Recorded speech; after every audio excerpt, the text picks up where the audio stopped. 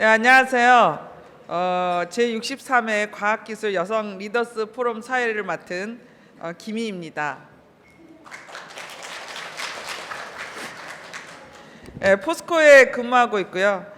리더스 포럼 위원장을 맡고 있습니다. 올해 첫 리더스 포럼을 여러분과 이렇게 대면으로 만날 수 있게 돼서 반갑습니다.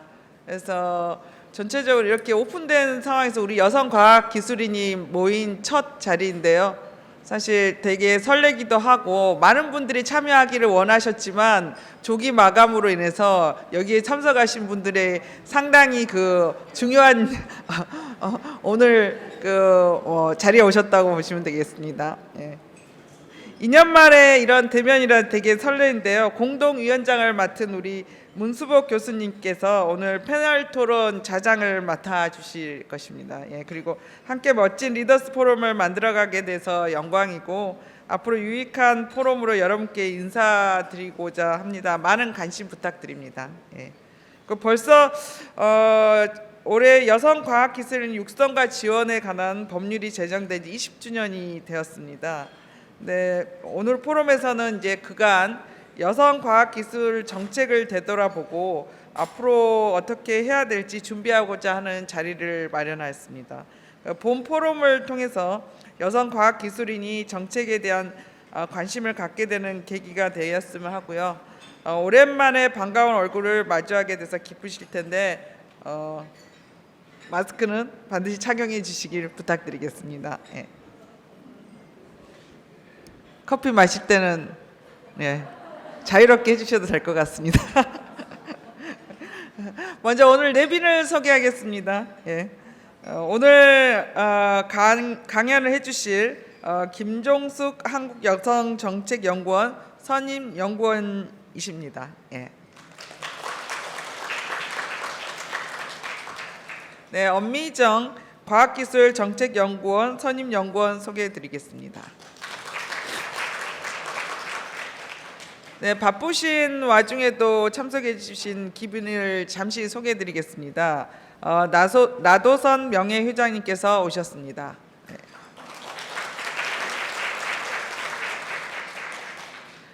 백희영 명예회장님께서 참석하셨습니다.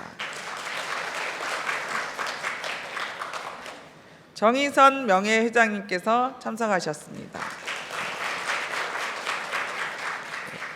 예, 먼저 국민의례가 있겠습니다. 예, 기민 여러분께서는 잠시 일어나서 단상 위에 태극기를 향해 주시기 바랍니다. 국기에 대한 경례. 바로 이하 국민의례는 생략하겠습니다. 모두 자리에 앉아 주시기 바랍니다. 네, 행사 시작에 앞서 제11대 오명숙 우리 회장님께서 환영사를 해주시겠습니다. 오명숙 회장님을 앞으로 모시겠습니다. 안녕하세요. 소개받은 제11대 회장 오명숙입니다. 올해 첫 리더스 포럼이자 또 몇 년 만에 하는 이 대면 리더스 포럼, 그리고 저희가 횟수로 따지면 제63회 리더스 포럼입니다. 오늘 리더스 포럼에 오신 것을 진심으로 환영합니다. 아마 여러분들도 너무 서로 보시기 반가우셨죠? 이게 얼마 만인가. 오늘은 포럼도 상당히 중요하지만 많은 반가운 분들을 뵙고 또 많은 이야기를 나누시는 시간이 되었으면 합니다. 저희가 이 포럼을 준비할 때만 해도 저희가 좀 많이 불안하기도 하고 많이 불만에 차 있었던 시기였던 것 같습니다. 올해 3월이 유난히 추웠죠. 저희 여성들에게는 더 추웠던 3월인 것 같은데 젠더 갈등으로 얼룩진 선거라는 얘기를 많이 합니다. 선거를 지나고 또 새로운 대통령이 당선이 됐었는데 그 당시에 헤드라인을 보면 여성 불평등은 옛날 얘기, 더 이상 구조적 성차별은 없다. 여성 지역 할당 폐지 선언, 10%대의 인수위 여성 비율 등 많은 것들이 여성 과학기술인들의 우려를 자아냈습니다. 저희 학생 중에 하나는 여성과총에서 어떤 활동을 할 거면 이에 대해서 저도 참여하겠습니다라고 카톡 문자를 보내올 정도로 우리 여성과학기술계 리더들뿐만 아니라 이 현장의 과학기술인들도 많은 좀 그런 불안한 마음을 지니고 있지 않았나라는 생각을 합니다. 그러다가 제가 어제 이 환영사를 고쳐 썼습니다. 24일 기사의 헤드라인이 바뀌었죠. 국회의장단 접견서 젠더 갈등에 대한 지적이 나오자 정치 시작 얼마 안 돼 시야가 좁아 그런 것. 그다음에 공직 인사에서 여성에게 과감한 기회를 부여하도록 노력하겠다라고 갑자기 헤드라인이 바뀌었습니다. 정말? 그랬더니 이틀 후에 바로 어저께 3명의 여성 장 차관급에 임명이 돼서 와, 말씀을 한번 하시면 이루어지나 보다. 물론 뭐 여러 분위기가 한꺼번에 바뀌리라는 생각은 안 되지만 일단은 이 인식의 변화가 얼마나 중요한가, 또 이 인식의 변화를 끌고 가야 되는 우리 사회 리더들은 왜 그렇게 조용했는가, 우리부터 시작해서 이게 조심하고 탐색하는 게 너무 오래 가지 않았나라는 생각도 합니다. 그런 의미에서 오늘의 포럼, 소위 여성과학기술인 지원 정책의 성과를 돌아보고 앞으로 우리가 어떻게 가야 되나를 짚어보는 자리는 상당히 소중한 자리라고 생각을 하고요. 또 이와 더불어 저희는 여성 정책뿐만 아니라 전체 국가에서 산업 구조가 어떻게 변했고 여성 노동 시장이 어떻게 변해왔고 이런 것들이 우리 여성 과학기술인들에게는 어떤 영향을 미치나도 짚어보는 자리를 마련했습니다. 저희가 이 여성 과학기술인도 국가의 여성 정책이나 또 이 성평등 인식의 수준에서는 벗어날 수 없는 거라는 걸 우리가 절절히 느낀 시간들이었고, 또 오늘 같은 포럼을 통해서 우리도 좀 더 데이터 지식으로 무장을 해서 좀 대응을 하는 좀 이런 무기를 갖고 있어야 되지 않는가, 이런 면에서 많은 분들께 그 오늘 포럼을 통해서 정책에 관심을 갖고 성과에 관심을 갖고 또 의견을 낼 수 있는 역량을 키워갈 수 있는 시간이 되기를 바랍니다. 오늘 연사로 참여해 주신 김종숙 박사님, 안미정 박사님, 패런톤을 해주신 전화숙 교수님, 윤정선 연구원님, 김혜주 상무님 진심으로 감사드립니다. 그리고 무엇보다도 오늘 포럼을 준비해 주신 리더스 포럼 위원회 여러분들 수고 많으셨습니다. 위원장님하고 우리 위원회 여러분들 한번 일어나시죠. 저희 박수 한번 부탁드립니다. 네, 저희 담당 부회장님이시기도 합니다. 저 권원환 교수님도 함께 인사드리셨습니다. 네, 오늘 오랜만에 만나는 리더스 포럼에서 여러분들 좋은 강의와 또 좋은 패널 토론뿐만 아니라 또 서로에게서 얻는 많은 에너지를 갖고 가시기 바랍니다. 감사합니다. 네, 회장님 좋은 말씀 감사드립니다. 이어서 한국여성정책연구원의 김종숙 선임연구원님을 앞으로 모시고 산업구조 변화와 여성노동시장 변화, 여성과학기술 인력에 대한 시사점을 주제로 강연을 듣도록 하겠습니다. 김종숙 선임연구원님은 이화여대 경제학과를 나와서 미국 위스콘신 대학에서 소비자가족 경제학 박사 학위를 취득하셨습니다. 2002년부터 한국여성정책연구원에서 근무하고 계시고 대통령 비서실 여성가족비서관, 한국여성경제학회 회장 등을 역임하셨습니다. 김종숙 선임 연구위원님을 박수로 맞이해 주시기 바랍니다.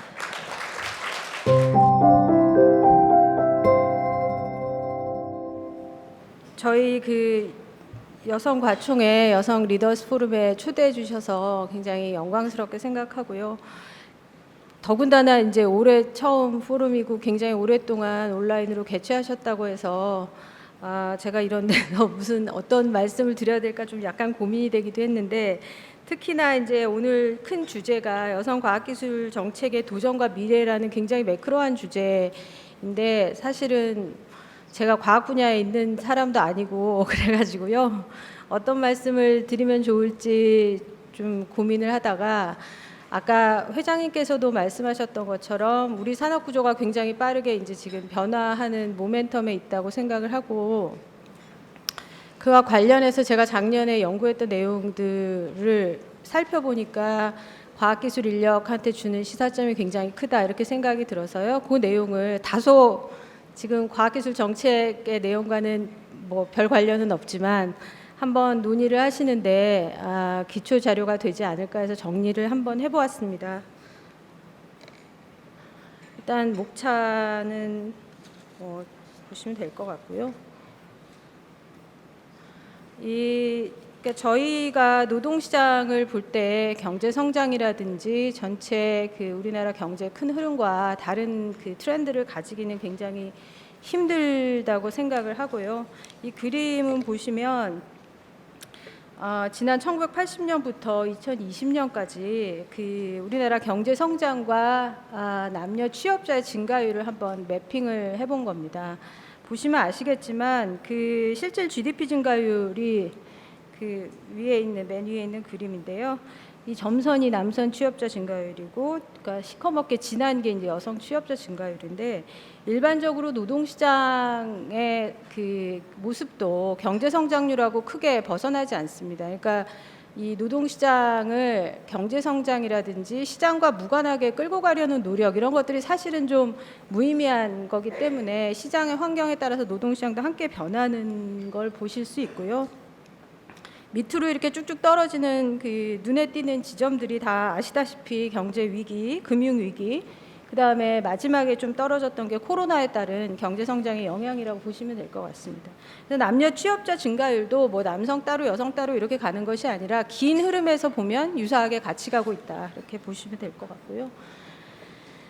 그래서 산업을 본격적으로 보기 전에 제조업과 서비스업을 나눠가지고 부가가치 변화를 보면은 그 빨간색으로 제조업 해놓은 걸 보시면 아시겠지만 일반적으로 부가가치 그 성장률이 낮아지고 있고, 제조업도 굉장히 부가가치 성장률이 높다고 얘기했지만 2015년부터는 감소하는 추이로 바뀌고 있습니다. 그러나 이제 제조업보다는 아직은 서비스업의 성장률이 조금 높은 그런 상황이라고 볼 수 있고요.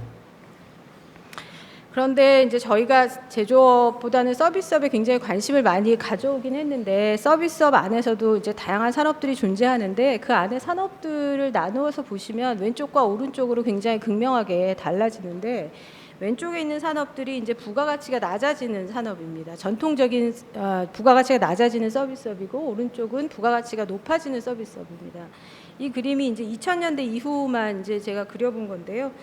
왼쪽에 아시다시피 도소매, 음식, 숙박, 부동산, 교육, 이런 굉장히 흔히 생각할 수 있는 그 사람을 상대하는 서비스업이고, 오른쪽은 금융보험, 정보통신, 전문과학기술, 사업지원 서비스, 보건 및 사회복지 서비스업과 같이 부가가치가 쭉 증가하고 있는 그런 산업이라고 보시면 될 것 같습니다.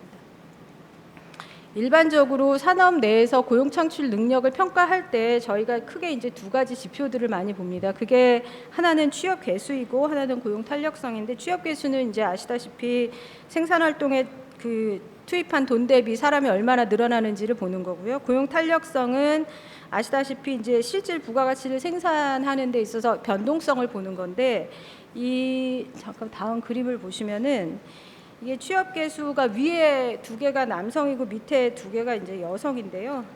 이 제조업 같은 경우는 남성 취업 개수가 그 2000년에서 2020년으로 20년간 13.3명에서 6.5명으로 절반 정도 일단 줄어들었다고 보시면 됩니다. 그러니까 같은 돈을 생산 활동을 하는데 투입하는 인력이 그만큼 줄어들었다는 것이고요. 여성은 2007년에 7.4명에서 2020년에 2.6명으로 줄었습니다. 거의 이제 여성은 3배 정도 줄었고 남성은 2배 정도 줄었고요. 서비스업 같은 경우 남성은 14.0명에서 9.0명으로 줄었고, 여성은 12명에서 9명으로, 남성이 더 많이 이제 서비스업 같은 경우는 줄었는데, 고용 탄력성 오른쪽에 있는 것들이 이제 고용 탄력성인데, 제조업이나 서비스업이나 뭐 전체적으로 보시면은 이 제조업 같은 경우는 여성이 조금 더 탄력적이고, 서비스업 같은 경우는 남성이 조금 더 탄력적이지만 상대적으로 서비스업에서는 차이가 그렇게 성별로 크게 나타나지 않는 그런 특성이 있습니다. 그래서 제조업은 아무래도 조금씩 사람이 많이 이제 감소하고 있는 것을 알 수 있고요. 그게 뭐 다 아시다시피 생산 공정이나 이런 것들이 변화하는 것과 무관하지 않다 이렇게 생각을 하고요. 여기 이제 그 글씨가 조그매가지고 보시기가 어려울 텐데 취업자가 이제 산업별로 어떻게 분포해 있는지를 2004년에서 2020년을 비교한 겁니다. 그러니까 중간에 산업 분류 체계가 여러 번 바뀌어가지고 가장 그래도 비교할 만한 그 연도를 두 가지 연도를 비교를 한 건데요. 이 전체적으로 보시면은 전체 고용 비중, 산업별 고용 비중과 여성의 산업별 고용 비중이 크게 큰 차이를 내면서 변화하지는 않습니다. 그러니까 결국 여성도 시장 전체의 방향과 함께 간다 그렇게 볼 수 있고, 그러나 상대적으로 보았을 때 고용 비중이 전체에 비교해서 여성이 더 증가하는 산업들이 있습니다. 그런 산업들이 어떤 산업이냐면 전문과학기술 서비스업, 사업시설관리 지원 서비스업, 공공행정, 국방, 사회보장 행정, 보건복지 서비스업, 운수 창고업 최근에 좀 증가했고요. 예술, 스포츠, 여가 관련 서비스업에 여성들이 전체보다 더 많이 여성들이 많이 이제 오게 되고요. 전체 고용은 증가하는데 여성이 감소하는 산업이 있습니다. 그게 정보통신업입니다. 그래서 눈여겨서 보아야 할 산업이라고 생각하고요. 이 산업별로 여성 집중도라는 거를 이제 제가 한번 계산을 해보았는데, 여성 집중도라는 거는 어떤 그 계산이냐면은 한마디로 말하면 그 여성이 상대적으로 더 몰리는 건데, 그 여성의 분포뿐만 아니라 당해년도에 취업한 전체 근로자의 그 산업에 취업한 근로자의 비율 분의 그 산업에 근로한 여성 근로자의 비율입니다. 그러니까 한마디로 여성이 더 집중되는 그런 트렌드가 어떤 것이 있는지를 보면 다르게 고용 비중과는 좀 다른 모습을 보이는데, 여성 집중도가 높아지는 것은 제조업, 부동산, 전문과학기술 서비스업, 공공행정, 스포츠, 여가 관련 서비스업이 되고요.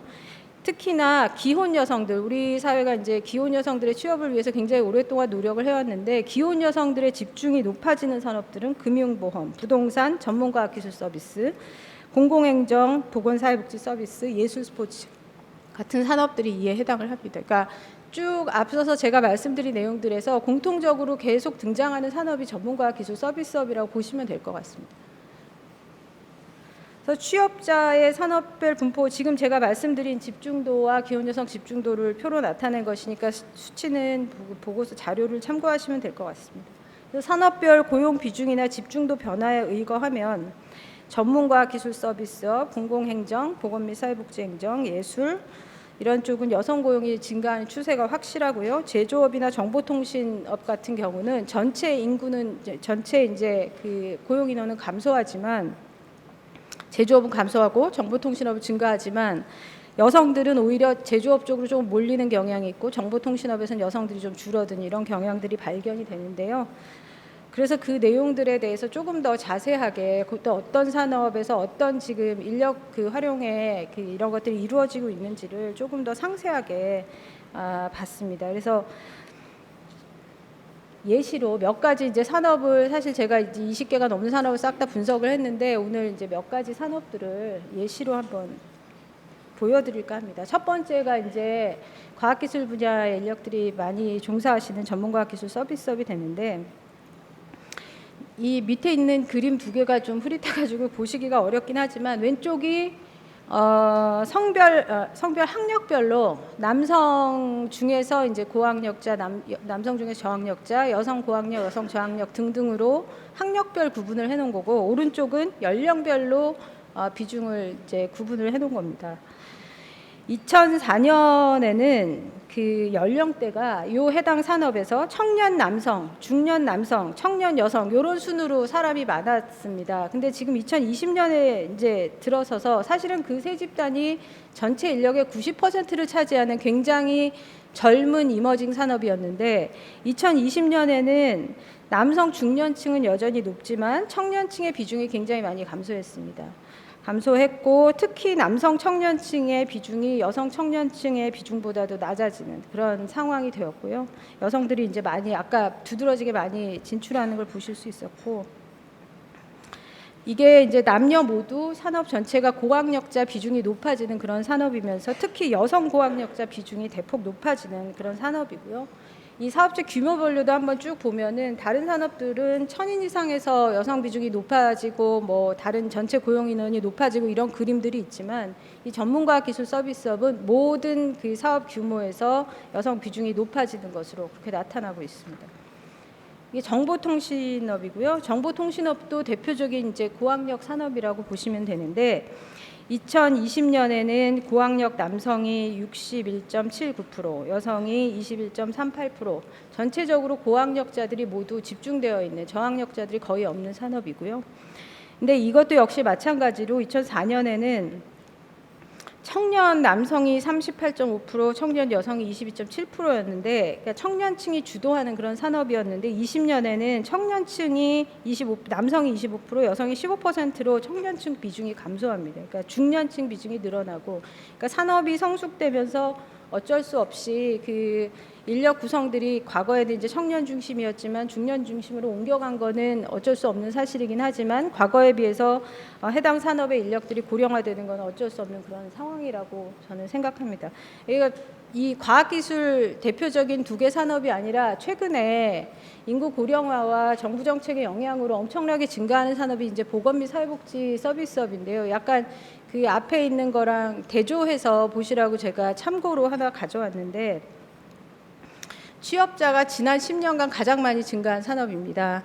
그런데 2004년에는 인력 구성이 어떻게 되어 있었냐면 여성 고학력, 여성 저학력, 남성 고학력, 남성 저학력의 비중이 높고 여성 비중이 이제 70% 정도. 예전에도 여성 비중이 높았습니다. 근데 2020년에는 여성 고학력이 조금 증가, 여성 저학력은 크게 증가, 그리고 남성 고학력은 크게 감소. 그래서 산업에서 인력 활용에서 여성화가 굉장히 급속하게 진행이 된 그런 산업이라고 보시면 될 것 같고요. 또 한 가지는 이 산업도 마찬가지로 2004년에는 청년층 여성 비중이 거의 반 정도 됐었는데 그리고 중년층이 한 20% 조금 안 되게 그렇게 됐었는데 해당 산업 취업자가 지속적으로 증가하면서 안 들리시나요? 볼륨이 그 산업의 볼륨도 커졌지만 지금은 중년층 여성이 가장 많은 그런 산업으로 바뀌었습니다. 왜냐하면 중년층, 장년층이 가장 많은 중장년 중심의 산업이 됐는데 그게 이제 돌봄과 관련된 종사자들이 대폭 늘어나면서 생긴 그런 현상이라고 보실 수 있고요. 이런 산업들은 전문과학기술 서비스업과 다르게 그 사업 규모에 따라서 여성 근로자의 활용 정도가 조금 차이가 나는 그런 산업입니다. 그럼 직업에서는 또 어떤 변동이 있었는지 사실 직업을 그 산업이 여러 가지여가지고 직업을 제가 아주 구체적인 소분류까지 보지는 못하고 대분류선에서 어떻게 변화가 있는지 이제 이게 장기 시계열이기 때문에 어떤 변화가 있는지를 좀 보았는데 과거 약 20년간 나타나는 직업별 변동에서의 가장 눈에 띄는 것은 관리자가 감소한다는 겁니다. 그러니까 우리 그 산업에서 관리자 수는 계속 줄어들고 있고 대신 전문가가 크게 증가하고 있고 기능원도 마찬가지로 기술 대체 때문에 감소하는 그런 것을 확인할 수 있고요. 관리자나 기능원은 감소를 하고 이제 전문가가 증가한다는 사실은 전문가 중심의 산업인력 재편이 지금 일어나고 있고 특히 정보통신업과 전문과학기술 서비스업에서 전문가가 차지하는 비중이 굉장히 높습니다. 그래서 과학기술 기반의 전문가 활용 이런 것들이 앞으로도 지금까지도 굉장히 증가해 왔지만 앞으로도 증가하는 추세다. 그리고 정보통신업에서는 사무직과 서비스직 인력이 감소합니다. 정보통신업을 잘 아시는 분들은 아시겠지만 과거의 정보통신업과 지금 정보통신업이 굉장히 다르기 때문에 그 전문과학기술 서비스업하고는 그 인력의 구성과 활용 면에서 굉장히 다른 모습을 보이기 때문에 그러니까 주목해서 볼 필요가 있고요. 이 서비스직 증가가 이제 보건 및 사회복지 서비스업에서 일어나고 있다는 사실을 확인할 수 있고 이 표들이 아까 지금 제가 말씀드린 그 내용들을 보여주는 그런 표입니다. 그래서 여기서부터는 제가 이제 양적 변화와 여성 노동시장의 양적 변화, 질적 변화 이런 것들을 몇 가지 계량 모형을 이용해서 분석한 결과를 간단하게 이제 소개를 드리겠습니다. 그러니까 각각의 산업별로 여성들의 취업 비율이 어떻게 되는지를 다른 요인들을 통제하고 난 다음에 이제 분석을 한 결과인데요. 산업별로 분석했습니다. 그러니까 이 여성 취업의 확률에 영향을 미치는 요인들을 보면은 전문과학기술 서비스업하고 정보통신업은 그 좀 두드러진 특징이 있는데 교육 수준이 높을수록 연령이 낮을수록 전문과학기술 서비스업과 정보통신업은 여성 취업 확률이 좀 상승하는 것으로 볼 수 있어서 젊은 여성들이 많이 취업하는 그런 다른 요인들을 다 통제했을 때도 젊은 여성들이 많이 취업하는 효과가 있고요. 개인 특성 효과에서도 교육 수준이 가장 중요한 데가 이제 전문과학기술 서비스업하고 정보통신업입니다. 그리고 시기별로 제가 2004년을 세 개의 시기로 나눠서 구분을 해보니까 2017년 이후에 역시 이런 흐름들이 가장 가파르게 다른 시기에 비해서 나타나고 있고 사업체 규모 효과를 보면은 사업체 규모가 커지면 아무래도 여성 취업 확률이 낮아지는 것으로 여성들이 소규모 기업에 더 많이 가는 그런 현실을 잘 보여주고 있다고 볼 수 있고요. 그 다음에는 또 이제 다른 분석인데 요거는 어떻게 분석을 한 거냐면 아까 그건 개인 단위로 분석을 한 거고 요거는 그 산업과 직업을 매트릭스로 셀을 나눈 것입니다. 그러니까 산업하고 각각의 직업을 곱하기를 해서 해당 어떤 산업의 어떤 직업들을 이제 다 셀로 구성해서 그 안에 평균값을 가지고 분석을 해봤더니 물론 여성이 아예 없는 산업 직업 셀이 전체의 15.5% 정도 됩니다. 여전히 그래서 우리 사회가 그 성별 직업이나 산업 분리 등이 존재를 하고 있는데 여기서 발견된 사실들을 보면은 어떤 산업 직업 내에서 평균 연령이 쫙 올라가게 되면은 여성 비율이 쭉 낮아집니다. 쭉 낮아지다가 어떤 임계점을 지나면은 다시 올라가는 그런 성향을 이제 보이고 있고요. 여성 비율이 평균 학력이 고학력인 어떤 산업과 직업셀에서는 여성 비중이 낮아집니다. 그게 회복이 잘 안 되고 있고요.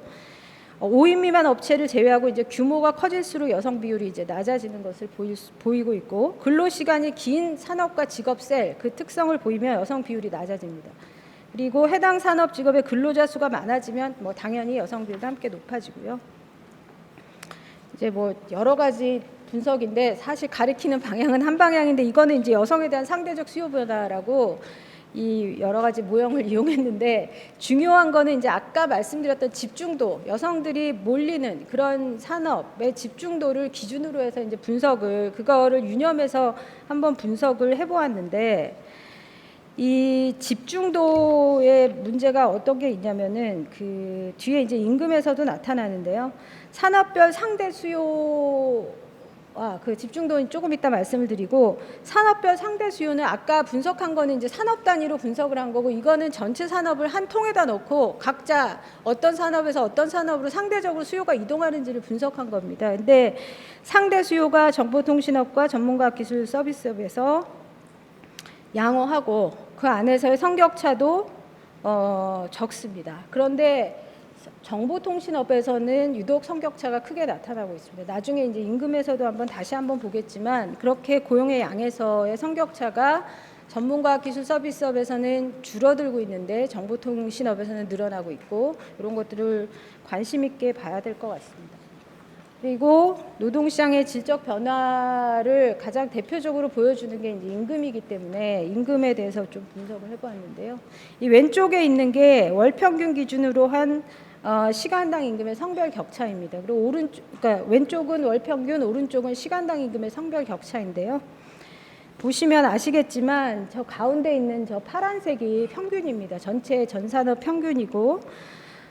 성별 임금 격차가 이제 지금 말씀드렸던 정보통신업이나 전문과학기술 서비스업은 좀 줄어드는 추이를 보이고 취업자가 그렇게 많이 늘어나고 있는 보건 및 사회복지 서비스업에서는 성별 격차가 크게 확대되고 있습니다.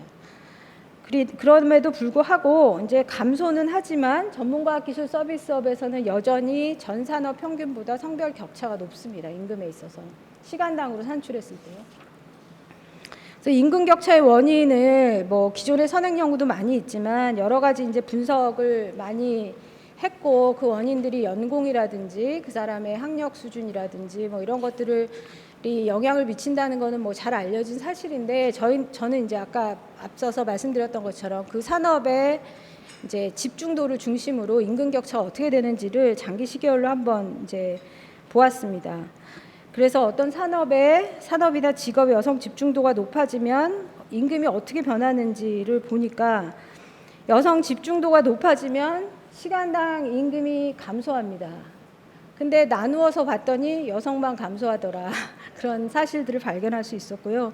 그 이유가 뭔지를 이제 생각을 해보면 어떤 산업의 어떤 직종의 업무에 있어서의 성별 분리가 여전히 남아있기 때문에 그 산업과 직업으로 사람들이 많이 진출한다고 하더라도 그 안에서의 그 구조적인 문제점들이 잘 해결되지 않는다. 그런 것들을 확인할 수 있었고요. 특히 이제 시기별로 나눠서 보면은 이제 처음에는 산업 직업의 여성 집중도가 조금 높아지면은 여성 임금만 감소합니다. 좀 전에 제가 말씀드렸던 것처럼. 그리고 남성 임금은 변화가 없습니다. 그런데 어느 시점이 지나면은 남녀 모두 임금이 조금 올라갑니다. 그러다가 그 시간을 지나면 다시 둘 다 감소하는 그런 모습을 보이는 걸 확인할 수 있었고, 그걸 전체 기간을 썸업해서 보면 여성만 조금 감소하고 남성들은 크게 변화하지 않았다. 이런 것들을 확인할 수 있었습니다. 그래서 간단하게 말씀드린 연구 결과나 이런 것들에 기반을 해서 여성 과학기술 인력 활용 면에서 앞으로 이제 토론도 하시고 정책 과제를 개발하는데도 이제 디스커션을 많이 하시겠지만, 긴 흐름에서 보았을 때 여성 과학기술인들의 활용 면에서의 시사점들이 저는 어쨌든 산업의 변화를 통해서 뚜렷하게 나타난다, 이렇게 생각을 했고요. 이 그림을 보시면은 이게 뭐냐면은 이제 가로축은 성별 임금 격차가 얼마나 지난 20년간 완화되었는지를 보여주는 거고요. 세로축은 취업자가 얼마나 증감했는지를 보여주는 겁니다. 그러니까 이상적으로 보았을 때 가장 좋은 거는 저 4사분면이죠. 이렇게 저 4사분면에 있는 쪽이 가장 좋은 겁니다. 거기가 취업자도 늘어나고 임금 격차는 감소하는 그런 분면이기 때문에 가장 좋은 건데, 이 보시다시피 보건복지 서비스업 같은 데는 취업자가 많이 늘었지만 임금 격차도 늘어났습니다. 그래서 그게 이제 노동시장의 전체적인 여성 노동시장을 전체로 놓고 봤을 때 그렇게 긍정적으로 변화시키는 어떤 그런 요인들이 아니다. 그런데 이 밑으로 좀 내려오면은 취업자 증가도 조금 있으면서 성별 임금 격차도 왼쪽으로 가 있는 전문과학기술 서비스업, 사업지원 서비스업, 그리고 여성 취업자는 안 늘었지만 임금 격차는 그래도 감소한 정보통신업 같은 것들이 이에 해당한다, 이렇게 볼 수 있을 것 같습니다. 그래서 저희가 이제 노동시장 연구를 오래 해보면 어떤 분들은 고용의 양이 늘어나면 그게 전체적으로 질을 개선할 수 있다, 이렇게 말씀하시는 분들도 있지만 사실은 긴 흐름에서 봤을 때 꼭 반드시 그렇지는 않다. 고용의 양과 질이라는 건 함께 같이 개선이 되어야지 한쪽 방면으로만 개선된다고 해서 모든 것이 해결되는 것은 아니다.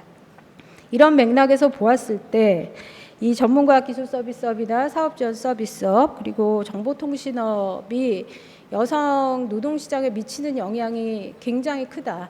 이 산업들에서 여성 인력을 어떻게 활용하는지가 향후에 전체 여성 노동시장을 리드할 수 있는 이런 기회가 된다, 그렇게 생각을 하고요. 우리 여성 노동시장에서 여성 과학기술인들을 활용하는 것이 그런 면에서 얼마나 중요한지를 다시 알 수 있는 그런 그림이었다고 생각을 합니다. 그래서 과거에 비해서 여성 과학기술 인력 활용이 양적으로 증가하고 있지만 산업별, 직업별로 아까 보여드린 것처럼 여성이 한 명도 없는 산업이나 직업이 아직도 굉장히 많이 존재를 합니다. 그리고 모든 산업과 직업에서 성별의 분리, 이런 것들이 이루어지지가 않고 있고요. 제가 몇 년 전에 다시 채용에 대해서 한 그 실태조사 결과를 보아도 이 오래된 업력의 사업체에서는 그 채용이 크게 일어나지도 않지만 그 안에서도 기존의 남성이 했던 일은 남성을 채용하고 기존의 여성이 했던 일은 여성을 채용하는 그런 경향성들이 굉장히 뚜렷하게 나타나고 있습니다. 다만 이제 최근에 스타트업이라든지 창업한 기업들에서는 그런 성별 분리가 상대적으로 굉장히 완화되었음을 볼 수가 있고요. 그런 데가 대부분 과학기술 기반의 사업체였습니다. 그래서 이 성별 분리 구조를 해소하는 게 저는 사실 굉장히 중요하다. 이제까지 여성들이 하지 않았던 일들에 여성들을 진출하도록 하는 것, 그것들이 얼마나 중요한지 이거를 다시 확인할 수 있었고요. 이 중장기 산업 변화하고 여성 인력 활용 면에서 그 과학기술 관련 일자리의 중요성이 확대가 되기 때문에 이 사업체에서의 활용을 직업이라든지 직무 이런 면에서 더 마이크로하게 검토를 하고, 특히 이제 정보통신업 같은 데서 왜 여성들이 활용이 잘 되지 않는지 이런 것들을 더 검토를 하고 인력 양성이라든지 취업 지원과 같은 좀 적극적인 정책에 나설 필요가 있을 것 같습니다. 그리고 인력의 고령화가 앞서 말씀드렸던 것처럼 계속 진행이 되고 있는데, 이 혁신을 더 많이 추진을 해서 청년층 유입이 확대되도록 하고, 특히 여성 청년층이 더 많이 과학기술 분야로 진출할 수 있도록 해주는 것이 향후의 성별 균형을 이루는데 굉장히 중요하다, 이런 시사점을 저는 얻을 수 있었습니다. 그래서 부족한 발표나마 들어주셔서 감사합니다. 이상입니다. 네, 김종숙 선임연구위원님으로부터 좋은 강연을 들었습니다. 예, 다음은 과학기술정책연구원의 엄미정 선임연구위원님으로부터 미래 20년을 위한 여성 과학기술인 정책 틀의 모색을 주제로 강연을 듣도록 하겠습니다. 엄미정 선임연구위원님은 서울대학교 공학 석사, 기술경제학 박사 학위를 취득하셨고 2000년부터 과학기술정책연구원에서 근무하고 계십니다. 대통령 직속 일자리위원 그리고 과학기술자문위원회에서 저와 함께 활동하고 계십니다. 그리고 엄미정 선임연구위원님을 큰 박수로 맞이해 주시기 바랍니다. 예.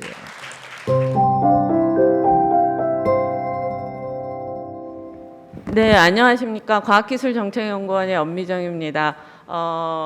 제가 사실은 이 리더스 포럼 이력을 보면서 약간 주눅이 많이 들었습니다. 굉장하신 분들과 굉장한 큰 논의들이 이루어지는 곳인데 제가 발표하게 돼서 대단히 영광스럽게 생각을 합니다. 아이고, 죄송합니다. 타이틀이 너무 큰데, 그러니까 이제 미래 20년이라는 굉장히 큰 타이틀을 가지고 고민을 좀 해봐야 하는 시점이라고 생각을 했습니다. 그래서 일단은 좀 미약하나마 그 질문을 던지는 자리, 그러니까 질문부터, 저는 모든 것의 시작은 정확한 질문을 던져야 된다라고 생각을 합니다. 그러니까 제가 정책 현장에서 봤던 거는 참 많은 사람들이 열심히 답을 찾고 있구나라는 것이었는데, 문제가 뭐였었냐면, 만약에 그 질문이 틀렸다면 거기에 답을 찾았는데 그게 정확한 방향이 아닐 수도 있겠구나라는 생각이 굉장히 많이 들어서 약간 좀 큰 타이틀을 걸게 됐습니다. 뭐 굉장히 간단하게 이렇게 발표를 드리겠습니다. 제일 먼저 제가 보는 관점과 문제의식을 공유를 드려야 이런 고민을 얘가 하는구나 라는 부분을 이해를 하실 것 같아서, 저는 아까 뭐 간단하게 제 이력을 말씀을 주셨는데 석사까지 공학을 했고요.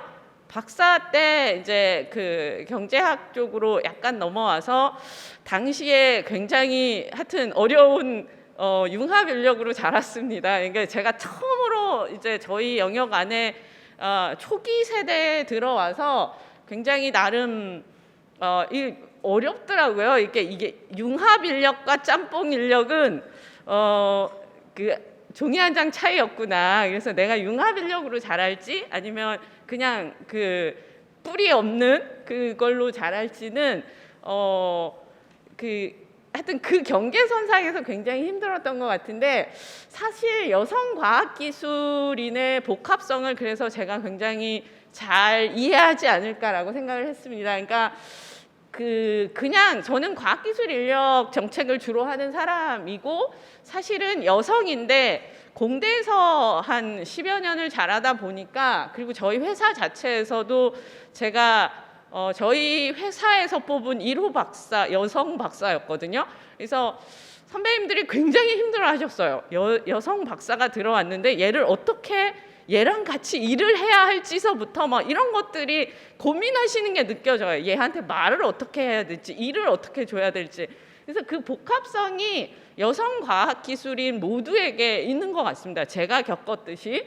그래서 여성이면서 과학기술인인데 그 두 개가 아까 김 박사님이 말씀하셨던 여성적인 속성만 갖고 있지는 않습니다. 여기 전문직의 속성을 갖고 있기 때문에 가지고 있는 독특한 속성이 또 있는 거죠. 예를 들면 보통은 여성은 M자의 뭐 그 전 주기로 보면 노동 패턴을 가지는데 L자의 경력을 가지는 이유는 전문직이기 때문입니다. 그러니까 전문직에게 있어서는 일반적인 노동력에 비해서 굉장히 전문성이라는 기반, 그리고 전문성이라는 거는 굉장히 장기적인 축적의 구조를 갖고 있기 때문에 경력을 관리하고 전주기적인 삶 속에서 직업과 이런 것들이 공존해야지만 살아남을 수 있는 영역인데, 여성이기 때문에 그것이 계속해서 단절의 위기를 겪게 되는 구조를 갖고 있어서 여성 과학기술인이 일반적인 노동시장에서의 그런 정책으로 커버가 안 되는 영역이 계속해서 존재를 한다라는 부분이고, 이제 그러면 여성 과학기술인 정책과 관련해서도 그러니까 이런 구분은 이제 저는 굉장히 많이 보이거든요. 이게 제가 보는 관점에서는 과학기술 인력 정책이 아닌데 여성 과학기술인에 대한 정책이기 때문에 모두 여성의 과학기술 인력 정책으로 생각하시는 분들이 많아요. 근데 저는 과학기술 인력 정책은 여성 정책과 다른 입장에서 항상 추진을 왔고 그래야 된다라고 생각하는데, 그 중간에 있는 여성 과학기술인 정책은 이 두 개의 모든 속성을 가질 수밖에 없다라고 생각합니다. 과학기술 인력은 기본적으로는 과학기술 분야에서 노동시장에서 필요한 양적, 질적, 수급 불일치에 대해서 대응을 하는 정책입니다. 그러니까 수요가 필요한 요구에 맞춰서 그게 양의 문제와 질의 문제를 동시에 다루는 분야이고 경제정책의 그 일환으로 추진이 되는 부분이기 때문에 기본적으로 효율성을 추구하도록 되어 있죠. 이게 그래서 우수 인력에 대한 집착이 굉장히 강한 거고요. 그런 부분이 특히 과학기술 분야가 담당했던 영역 자체가 상단의 지식 창출 영역이었기 때문에, 그게 예를 들면 100명을 키웠는데 그중에 목표 한 30명이 양성이 됐으면 과학기술 인력 정책 측면에서 보면 크게 문제가 되진 않습니다. 단기적으로는 물론. 근데 장기적으로는 문제가 되겠죠. 왜냐하면 70명이 뭐 잡을 못 잡았거나 이러면 과학기술 분야로 우수한 인력이 안 올 테니까 뭐 그런 식의 장기적 관점에서 고민을 하지만 근원적으로는 100명을 키워서 30명이 양성이 됐으면 그만이거든요. 근데 여성 정책의 입장에서는 조금, 사회 정책의 입장에서는 조금 다르다라고 생각을 합니다. 사회 정책은 모든 사람들이 인간으로서 지위와 권익을 누릴 수 있는 여건을 만드는 정책이라고 저는 기본적으로 보는데, 여성 정책이 사회 정책의 일환이기 때문에 여기는 효율성, 이쪽 경제 정책에서 주로 추구하는 효율성의 관점이 아니라 보다 더 포괄성, 평등한 사회를 이루는 굉장히 철학적인 부분의 접근과 배려 뭐 이런 것들이 들어갈 수밖에 없는 부분이죠. 이 두 개가 그러니까 굉장히 다른 그건데, 저희가 지금 여성 과학기술인 정책을 논할 때는 이게 두 개가 막 혼재가 돼서 저는 과학기술 인력 정책의 측면에서만 세상을 봐오다 보니 굉장히 혼란스러울 때가 많았어요. 여기 오면 그 여성 과청이나 뭐 이쪽에 오면 선배님들한테 계속 욕도 먹었거든요. 너는 너무 효율성 관점에서만 봐서 기득권 세력의 그 관점이 너무 많이 보인다고 계속 비판을 하셨는데, 그게 이유가 과학기술 인력 정책은 효율성을 추구하는 경제정책에 그걸 갖고 있고 제가 그쪽에서 일하고 있는 그 관점의 문제이죠. 그래서 옛날에는 이 두 개가 사실은 제가 한 10여 년 동안 과학기술 인력 정책을 해왔지만 10년 전에 그 여성 과학기술 인력 정책을 봤을 때 그렇게 저한테는 매력적인 그게 아니었었어요. 왜냐하면 과학기술 인력 정책 안에서 여성을 바라보는 것 자체의 중요도가 그렇게 높지는 않았다라고 봅니다. 제가 판단하기에는. 근데 지금의 상황은 많이 바뀐 상황인 거죠. 그래서 이제 그 여성 과학기술인 20년, 미래 20년을 할 때에 그 과거 20년이 왜 중요했었냐면 법률 제정 20년이더라고요. 그러니까 2002년에 그 법률이 제정이 됐고 그 이전에도 여성 과학기술인과 관련한 다양한 정책들이 있기는 했으나 법제화가 되었다라는 것은 사회적인 제도의 틀 안으로 들어와서 체계성을 갖추기 시작을 했다라는 부분이라서 의미가 굉장히 컸고 지난 20년 동안 양적 확대와 제도 정착, 인프라 구축 확장의 측면에서 다양한 성과를 이뤘다라고 생각이 됩니다. 그래서 이제 지금 다시 이제 그럼 계속 앞으로 20년을 해서 여성 과학기술인이 인간으로서 그리고 과학기술인으로서 전문직으로서 삶을 잘 영위하고 국가적인 기여를 할 수 있는 구조에 그걸 하는 데 있어서 도대체 무엇을 어떻게 해야 하지라는 고민이 있게 되는데 거기서 이제 첫 번째 던져봤던 게 그럼 20년을 얘기를 하려면 20년간 과거 20년간 어떤 변화가 있었고 향후 20년간 무슨 일이 벌어질지에 대한 고민이 있어야지 될 거라고 생각을 했습니다. 그래서 살펴보면은 그래서 이 발표 때문에 제가 이제 이 수치들을 뒤지면서 느낀 게 이게 같은 나라가 아닐 수도 있겠다 이런 생각을 했습니다. 그러니까 기본적으로 제가 회사 들어왔을 때 2만 불 시대의 3만 불 시대의 지향 이런 류의 얘기를 했습니다. 그러니까 10,000불 시대와 2만 불 시대와 3만 불이 어떤 의미일까라는 부분은 아마 이제 또 다른 연구 영역의 의미일 텐데 저희가 2006년에 2만 불이 됐고요. 18년에 3만 불이 됐습니다. 그래서 3만 불에 5천만 명 이상의 굉장히 큰 인구 규모의 3만 불이 된 일종의 선진국의 대열로 들어섰다는 게 됐습니다. 그게 일어난 게 2018년입니다. 그러면 우리가 처음에 그 과학기술 인력을 법령을 제정했던 2000년대 초반에는 15,000불 이상 정도의 국가였다라는 얘기이고요. 거기서 이제 3만 불의 선진국이 됐다라는 부분이고 경제 성장률은 반면에 절반으로 떨어졌습니다. 그러니까 청년 실업의 문제나 뭐 이런 것들이 제기되는 근원적 문제는 경제 성장률인 거죠. 아까 김 박사님 말씀하셨듯이 경제 성장률과 고용은 같이 가도록 되어 있는데 절반이 그 사이에 20년 사이에 우리나라의 경제 성장률은 절반 가까이 줄어버렸거든요. 선배님들은 더 하셨을 거고 앞으로는 이 추세는 거의 우리나라가 일본의 현재의 모습을 보면서 우리가 계속 고민을 하듯이 향후 20년 동안은 어떤 일이 벌어질 거냐 뭐 당연하죠. 이게 1%대로 내려갈 수도 있고 어쩌면 일본과 같은 잃어버린 마이너스의 성장의 시대를 거칠 수도 있습니다.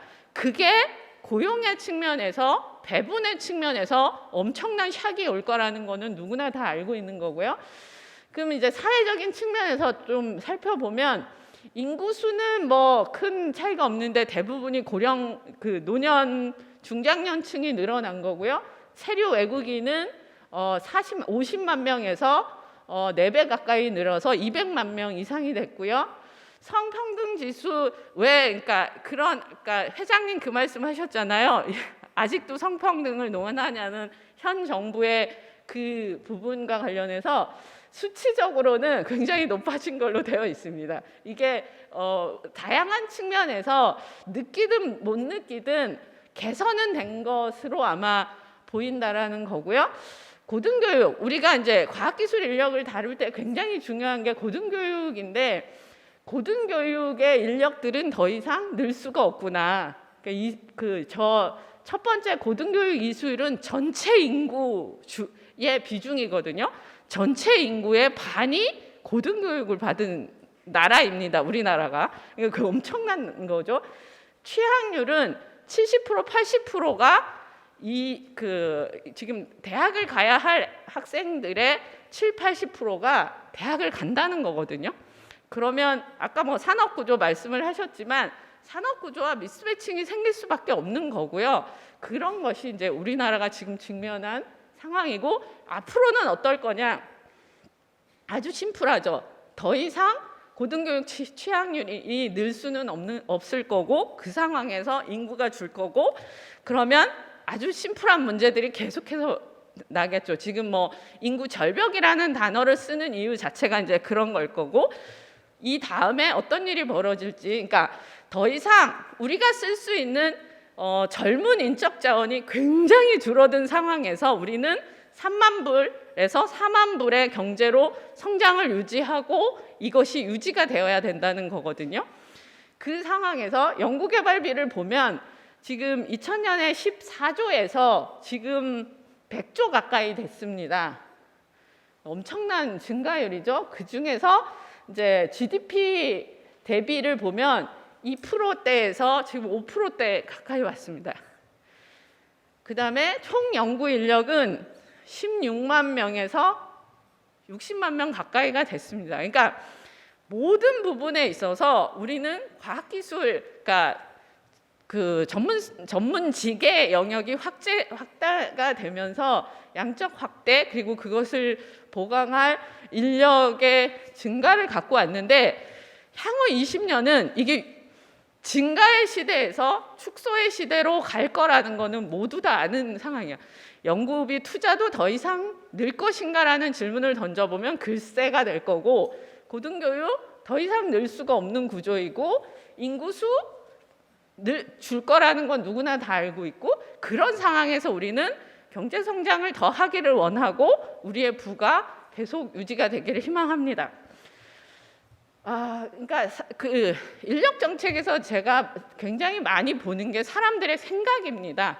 그러니까 뭐 제가 어설프게 공학과 경제학을 배웠지만 제가 인력을 하면서 느끼는 건 사회학적 관점이 진짜 많이 필요한 영역이구나. 한 사람을 이해하고 사회 속의 개인들의 성장과 이런 거를 논하는 게 굉장히 이런 백그라운드가 필요하다라고 생각을 했는데, 그냥 그 사회 가치와 인식의 변화에서는 앞에서는 객관적 수치의 변화만 잠깐 살펴본 건데, 인식의 변화 역시 아까 만불의 시대에서 3만 불의 시대가 미치는 영향 자체의 가장 큰 영향은 인식의 변화입니다.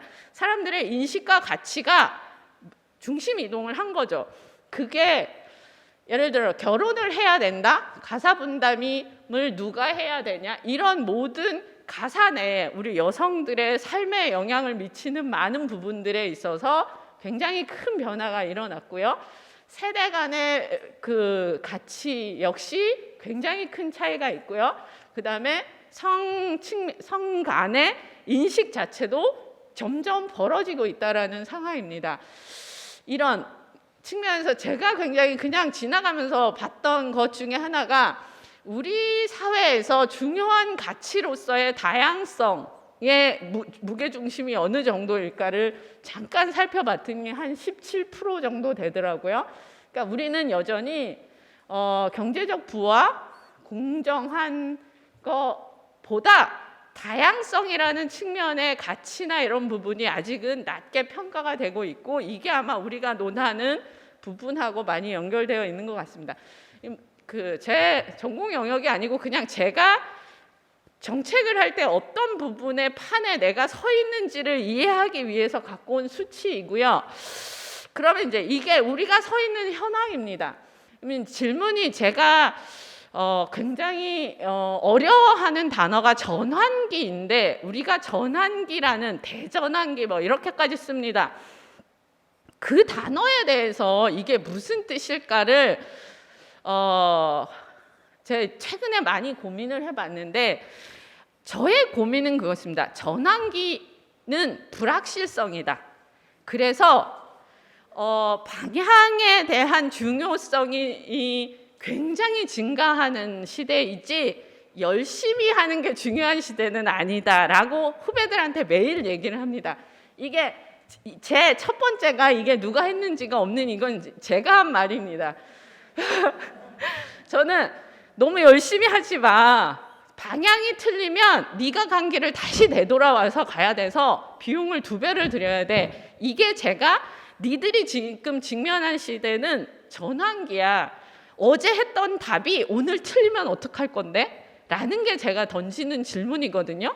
그래서 방향이 틀리는지 아닌지, 우리가 정확한 방향으로 가고 있는지에 대한 그걸 탐색하기 위한 부분의 투자가 훨씬 많이 있어야지 됩니다. 근데 지금까지 많은 부분은 열심히 가는 것에 좀 집중을 두지 않았는가라는 부분이고, 두 번째 제 그 책상 앞에 써져 있는 글귀인데요.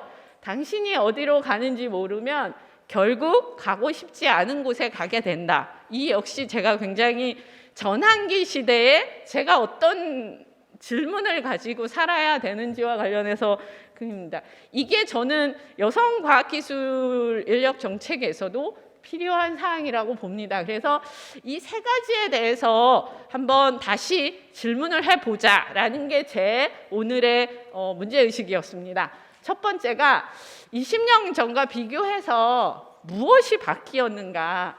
우리는 적절히 대응을 해왔는가?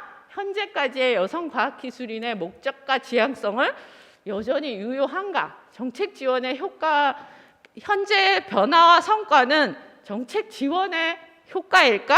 아니면 사회 변화의 결과일까?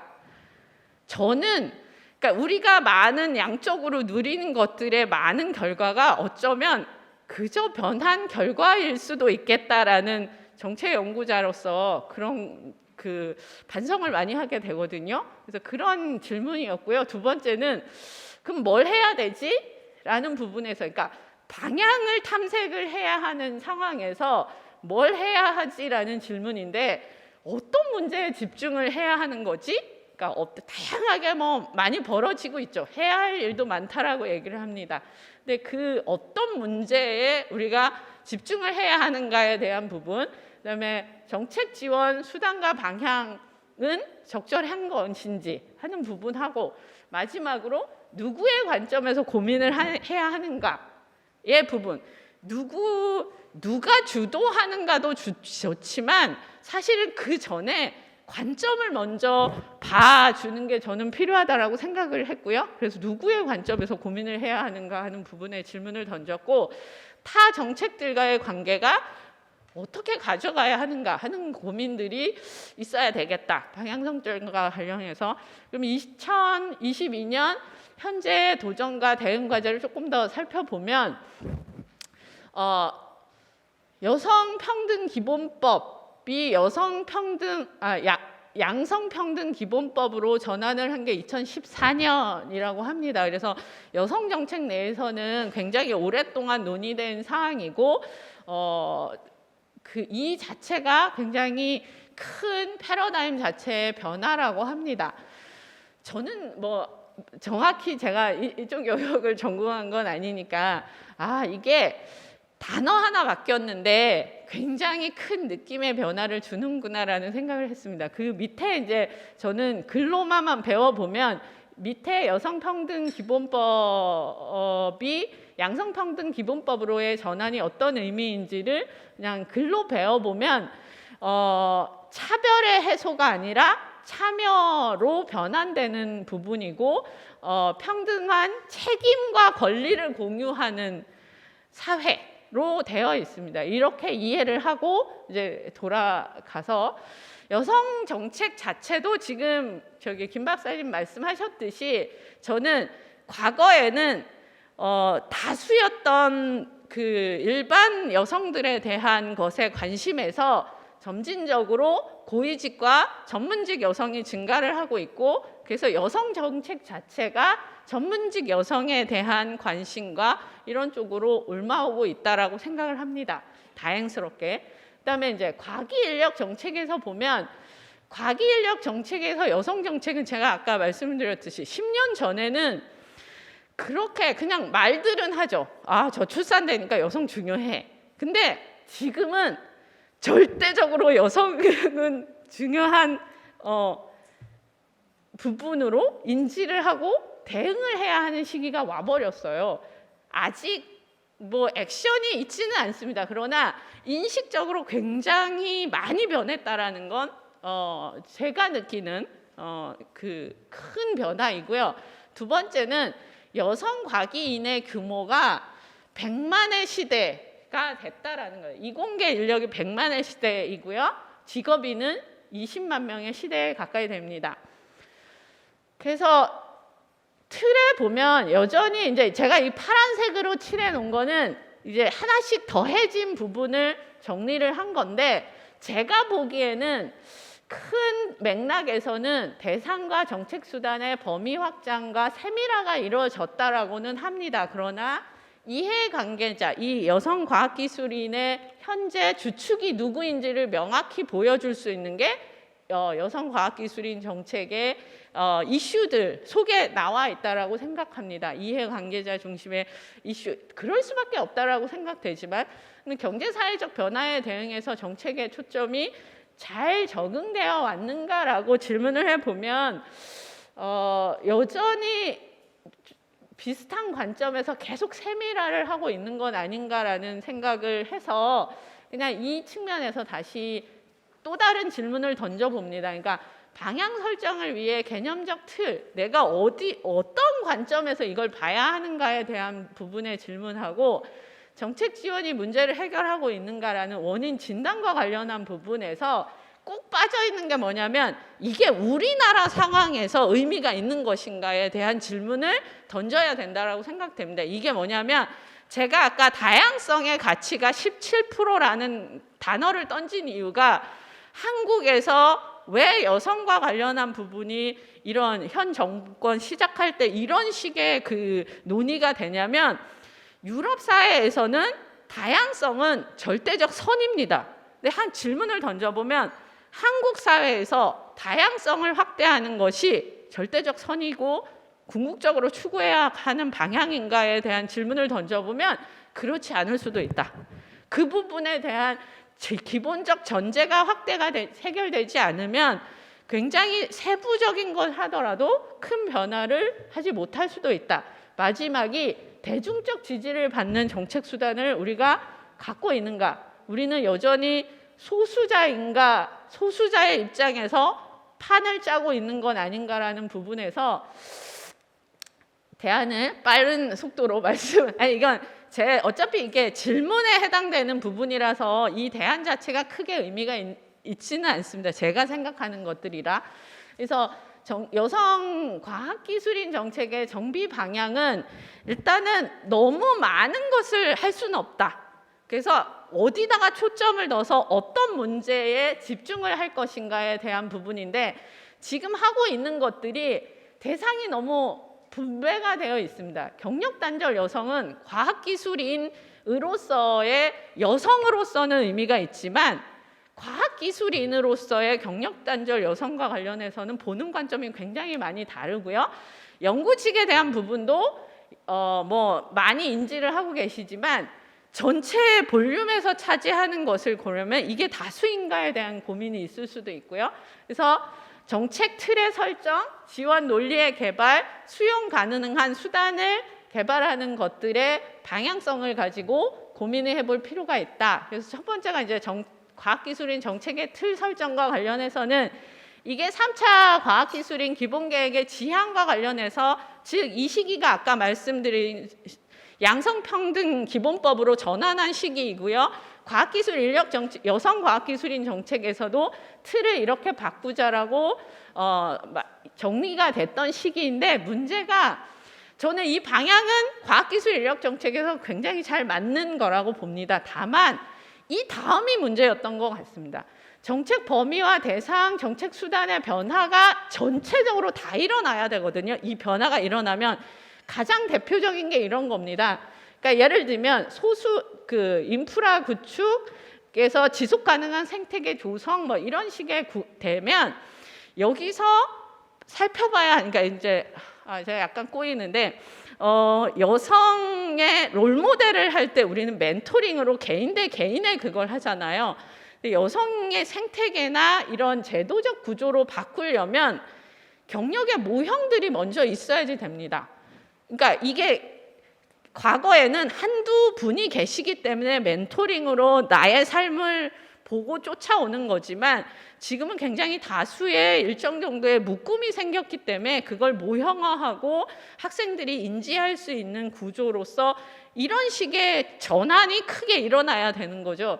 근데 그거에 비해서 정책 범위, 대상, 정책 수단의 변화 자체는 많이 일어나지 않았던 건 아닐까라는 생각이 들었고요. 그래서 초점을 하기 위해서 필요한 것 중에 하나는 결국은 크게 보면 과학기술 인력의 측면과 여성의 측면을 나눠야지 되는 거고, 이 나눈 상황에서 과기 인력 정책에서 주로 추진을 해야 할 부분하고 여성 정책에서 연대를 통해서 추진해야 할 영역, 그리고 여성 과학기술 인력 정책의 주도적 영역으로 추진할 영역들이 분화가 되어야 저는 조금 더 나은 성과를 얻을 수 있다고 생각이 됩니다. 그래서 양팔 연계 전략을 꼭 가져가자. 그래서 이 두 개를 좀 내부적으로 구별을 해야 된다라는 부분이고, 여기서 제일 중요한 건 연대입니다. 과학이 인력 정책에서도 연대가 필요하고 여성 정책에서도 연대가 필요하고, 그리고 코어를 지키는 전략의 구조를 가져가야 된다는 거고요. 독립적인 여성 과학기술인을 추진해야 하는 근거를 마련을 하는 투자를 훨씬 많이 해야 된다는 부분입니다. 그냥 되지는 않습니다. 스템 분야에, 아까 왜 정보통신 분야에 여성들이 할까라고 생각하면 이게 어디서부터 내려오냐면 물리, 생물, 교과 성적서부터 발생하는 문제이거든요. 그러면 초중등부터 내려가는 상황입니다. 문제의 근원이 일반적인 현상과 과학기술의 전문직이 가지고 있는 그 문제의 근원이 굉장히 다르기 때문에 이런 부분을 찾는 작업이 필요하고, 이 또 다른 부분은 직면한 문제 자체가 복잡해서 우리는 그냥 유입을 하면 된다라고 생각을 하시지만 실제로는 이제 대학을 올 친구들은 다 옵니다. 그러면 바이오에 있는 친구를 공대로 옮겨야지만 공대가 늘 수 있는 거지, 그냥 바이오는 두고 공대만 늘릴 수 있는 전략은 존재하지 않습니다. 그러니까 갈등을 전제로 해서 문제가 해결이 되어야 된다라는 것을 하기 때문에 사실은 지금과 같이 자 이쪽 늘리자라고 해서 되는 것이 아니라는 부분이고요. 아까 우리나라의 상황에 대한 부분은 아까 정보통신 쪽을 보면 이렇습니다. 어떤 거는 우리나라가, 그러니까 전 세계적으로 다 문제인 게 있고요. 우리나라만의 문제인 것이 있고요. 우리나라 내에서 성 간의 차별이 존재하는 영역이 존재합니다. 그 중에서 여성 과학기술인의 입장에서 접근할 부분과 과학기술인의 정책, 여성 정책의 입장에서의 부분이 구별이 되어야 된다는 부분이고, 미래 과기 세대의 그리고 양성 모두의 관점에서 설계가 필요한데, 사실 제가 이게 대학원생들과 관련해서 했을 때 저희 20년 전에 정책을 설계하셨던 분들하고 지금하고 많이 차이가 존재한다는 걸 알 수 있습니다. 그래서 이게 과학기술계 내의 구조적 문제뿐만이 아니라 여성이 존재하는 이것을 동시적으로 어떻게 목표를 설정해서 권리와 의무를 할 것인가에 대한 부분이 필요한 상황이 될 거고요. 젠더 혁신의 패러다임과 관련해서는 젠더 혁신을 여성 과학기술인 정책으로 지나치게 연계를 할 경우 저는 이거 자체는 혁신의 아이템이라고 생각하지 여성 정책의 아이템은 아니라고 생각을 하거든요. 근데 이것을 현재 여성 과학기술인 내에서의 연결을 시킬 경우 이점이 있을 수도 있지만 한계가 있을 수도 있습니다. 그래서 이런 부분의 전략이 아까 여성 과학기술인 정책, 과학기술 정책과의 연계 측면에서 잘 고려가 돼야 될 거고요. 정책의 틀로서 법령 정비 역시 비슷합니다. 이렇게 말씀하시는 분이 있었어요. 독립적인 법제화가 주는 장점이 있었지만 그거 자체가 한계로서 우리의 20년 동안 환경 변화에 대응을 하지 못하는 그 이유이기도 했을 수 있다. 그래서 환경 변화에 대응이 가능한 법령의 구조와 관련해서 한번 고민이 필요할 것 같습니다. 이 뒷부분은 사실은 제가 많은 고민을 해보지 못한 부분이라서 조금 디테일이 없는 것을 양해 부탁드립니다. 감사합니다. 네, 엄미정 선임연구위원님 감사합니다. 예, 다음 순서는 패널 토론을 하겠습니다. 패널 토론은 여성과총 리더스 포럼 공동위원장이신 문수복 카이스트 교수님께서 진행해 주시겠습니다.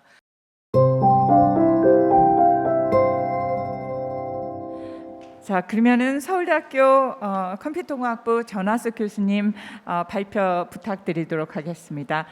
오늘 여기 나눠드린 자료에 보면 발표집에 전하숙 교수님 자료가 있으니까 참고해 보시면서 참고해 봐주시기 부탁드리겠습니다.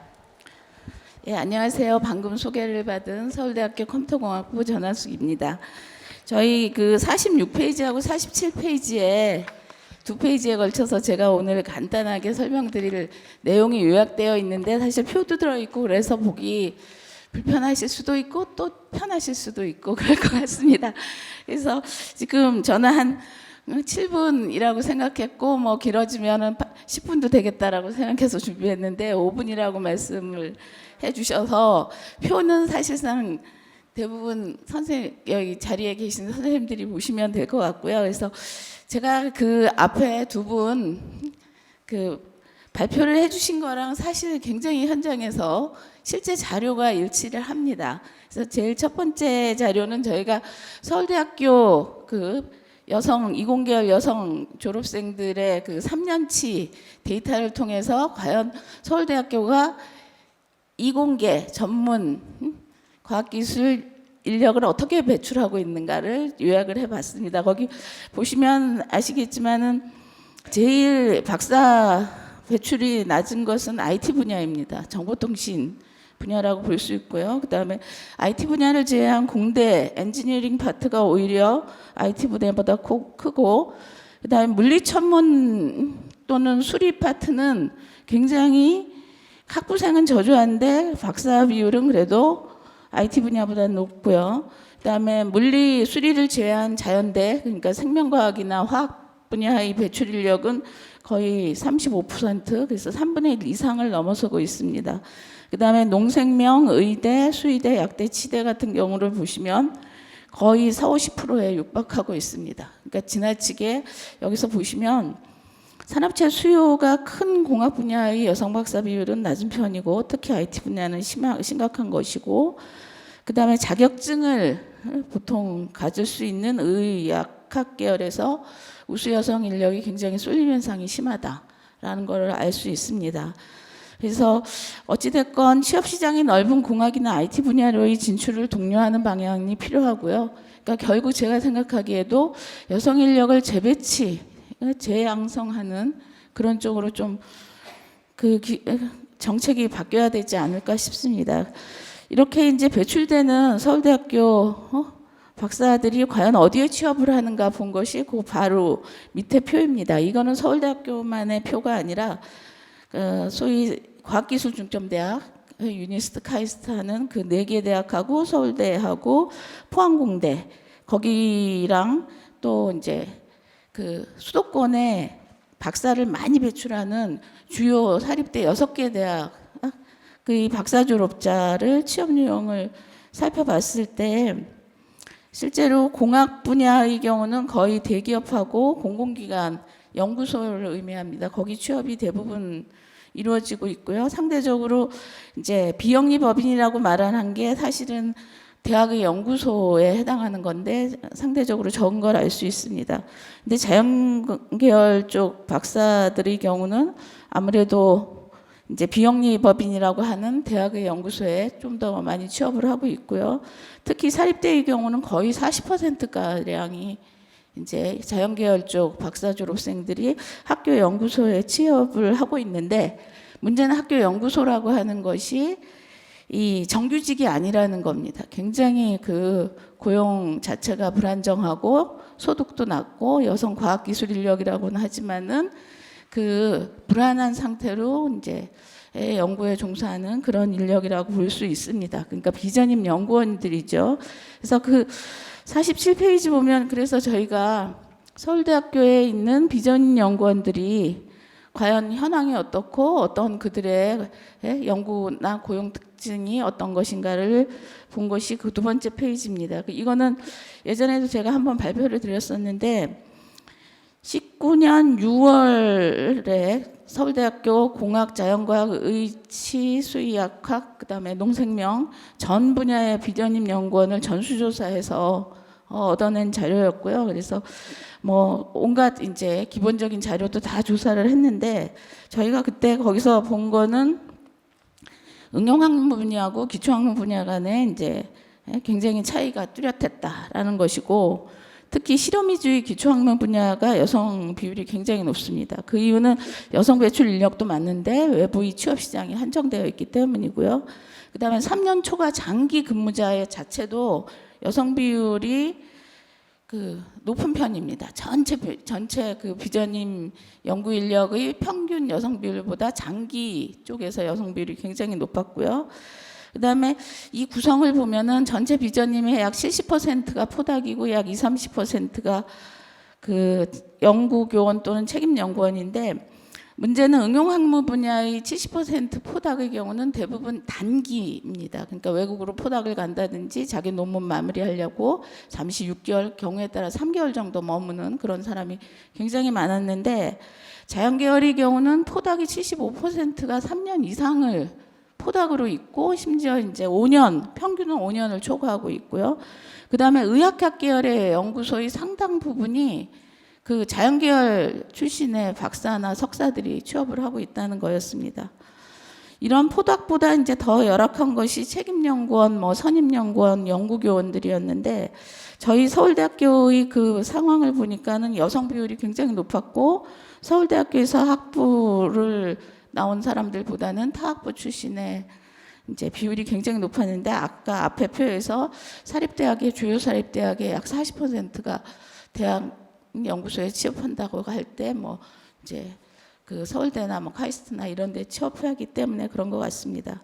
그래서 소득 자체도 대부분 그 대학이라고 하는 것이 교육기관이면서 연구기관으로서 역할을 해서 연구소가 많긴 한데, 어디까지나 교육기관이고 대부분의 재원은 교육에 이제 투여가 되고 있기 때문에 연구라고 하는 거는 교수들이 연구자로서 과제를 정부나 기업체로부터 따서 그 과제 베이스로 이제 연구소를 운영하기 때문에 거기에 소속되어 있는 연구원들의 경우는 굉장히 그 과제가 없어지면은 그 계약도 이제 끝나는 것이고, 그다음 그런 상황이고, 그다음에 근무 여건 자체도 거기 연구센터나 자기가 연결되어 있는 전임교원의 그 성향에 너무 좌우되는 이런 거이기 때문에 사실상 굉장히 대학의 연구소에서 전임연구원이라고 말하는 분들의 경우는 그다지 이제 좋은 환경에서 연구를 하는 게 아니라고 봅니다.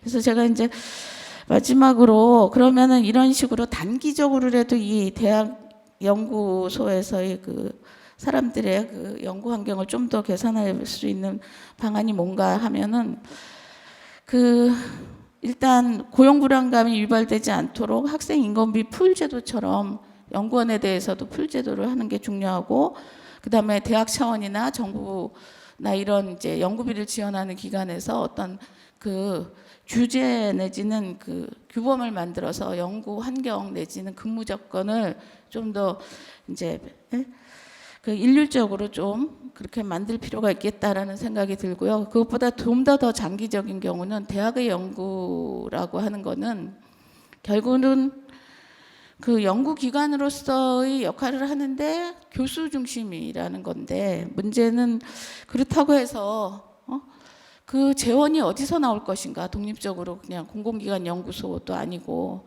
그 부분이 굉장히 이제 해결해야 될 방안인 것 같고요. 그다음에 사실상 교육기관으로서 전문 인력을 양성하는 측면에 더 강조점이 사실 대학은 주어져야 된다고 생각을 합니다.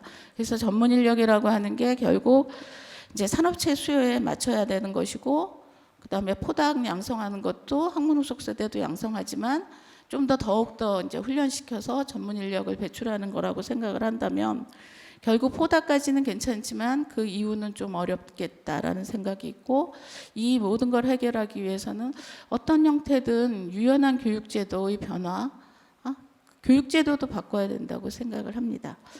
예, 저 너무 오래 했는데 죄송합니다. 이것으로 마치겠습니다. 감사합니다.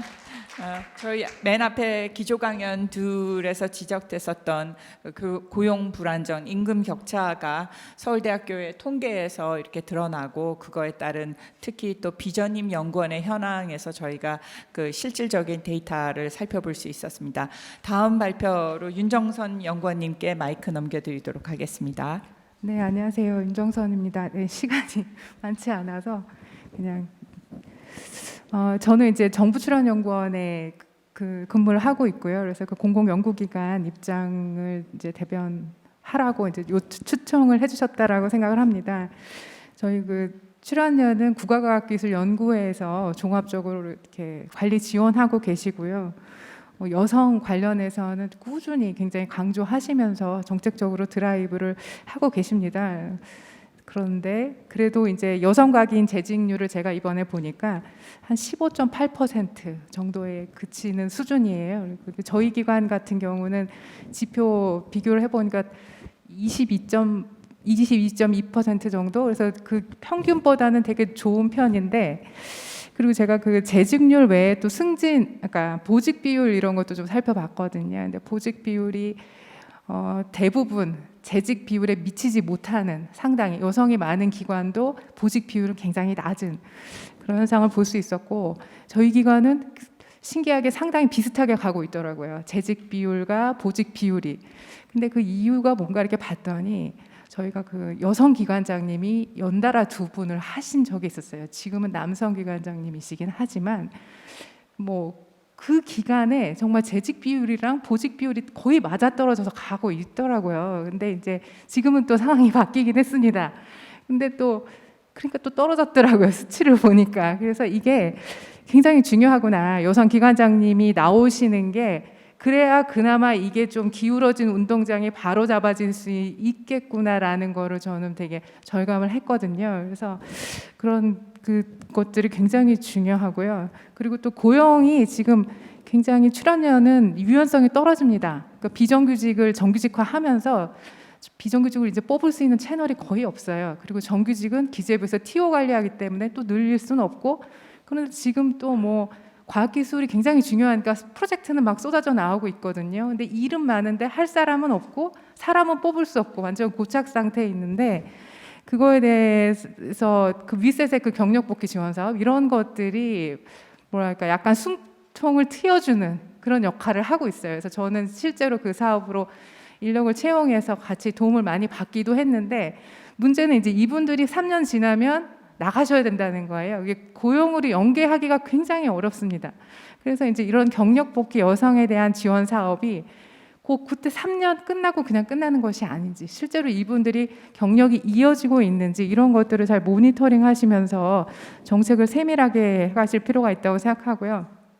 일가족 양립 부분 관련해서는 출연료는 저는 매우 잘하고 있다고 생각을 해요. 지난 몇 년간 그 근무 시간 탄력 근무 제도라든가 육아 휴직 제도라든가 많은 좋은 제도들이 생겨서 이제 일가족 양립이 여성뿐만 아니라 남성들도 많이 누리는 상황이 됐어요. 육아휴직을 남성들도 이제 가시는 사례들이 있고, 그런데 육아휴직 대체인력 지원 제도라든가 뭐 육아기 연구자 과제 연장 제도 이런 것들이 있어서 지원하는 제도는 있으나 실제로 여성 과책이 이 제도를 이용하기는 굉장히 어렵습니다. 왜냐하면 그 연구에 뭐 손을 놓으면 그 다음에 이어가기가 어렵거든요. 뭐 실험실을 해산해야 된다거나 뭐 그런 어려움들이 있어서 제도는 있으나 실제로 열매는 먹지 못하는 그런 상황이라, 나중에 계획을 수립하실 때는 현장의 의견을 청취하셔서 가시는 것이 굉장히 중요하다고 생각하고 있고, 제가 또 대한여성과학기술인회에서 정책 위원회를 지금 담당을 하고 있는데 그와 관련해서 이제 현장의 의견들을 포커스드 그룹 인터뷰를 통해서 올해